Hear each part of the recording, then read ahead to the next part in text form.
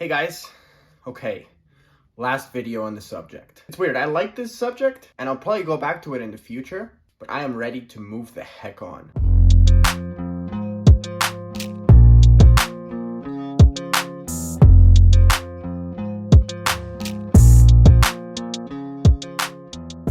If you haven't seen the previous videos, it's just a series of videos of me then being disappointed in my own lack of motivation in my home life compared to my work life.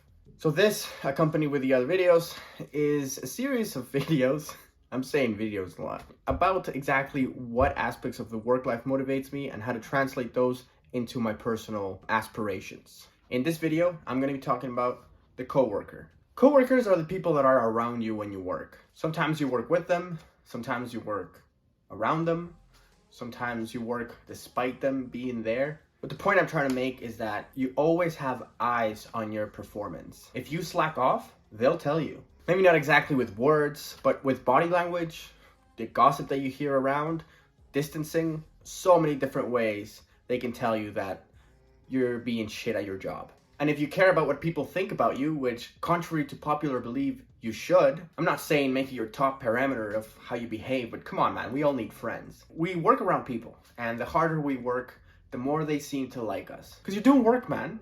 You're making their day a little bit easier. You're carrying your own weight and more. Okay, so the question is, how do we get ourselves coworkers when we're just working by ourselves in our own space? My solution to this is honestly just make people around you aware of your work. Even further than that, make them a beneficiary of your work. I don't know how to say that. What I mean is, when you do a project, when you do something that's betterment for yourself, show it to someone. Show it to your family, to your friends, to your girlfriend. This will help you polish it off to the extent that it's show-worthy. You clean your room? Great. Take a picture of it and send it to your best friend. At this point, you're not just gonna clean your room for yourself and be like, yeah, this is good enough. No, you're gonna make it look so fresh that people are gonna be like, yeah, this looks dope. This is huge, man. Get people involved in your projects. See what they think. They'll give you good feedback, sometimes bad feedback. Hurts, yeah. But this is big, man. Like if you make people around you involved in what you're doing, you're gonna be more likely to keep doing it. Careful though. There's people around you that are going through some rough shit. I have been that person. I've had friends that have been this person. This is not the kind of person that you want to share your accomplishments with, unless they ask. And if they do, downplay it. You don't want to parade on somebody else's reign. And this honestly is very true. There's a lot of people that are just going through a lot of stuff who are just in a rough spot right now. And they can't seem to get out of it. I've been in that situation, and I might actually make a video in the future about what it's like to be in that kind of situation and how to get out of it.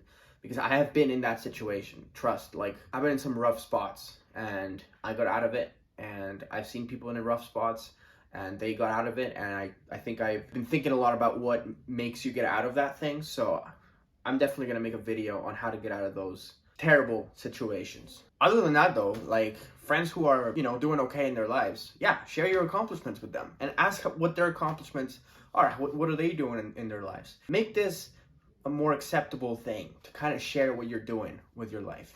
And it's not about competition. A lot of people think that it's, it's like, oh, look at this. Yeah, well, look at this. I'm not saying that you should one-up everybody and you should expect people to one-up you.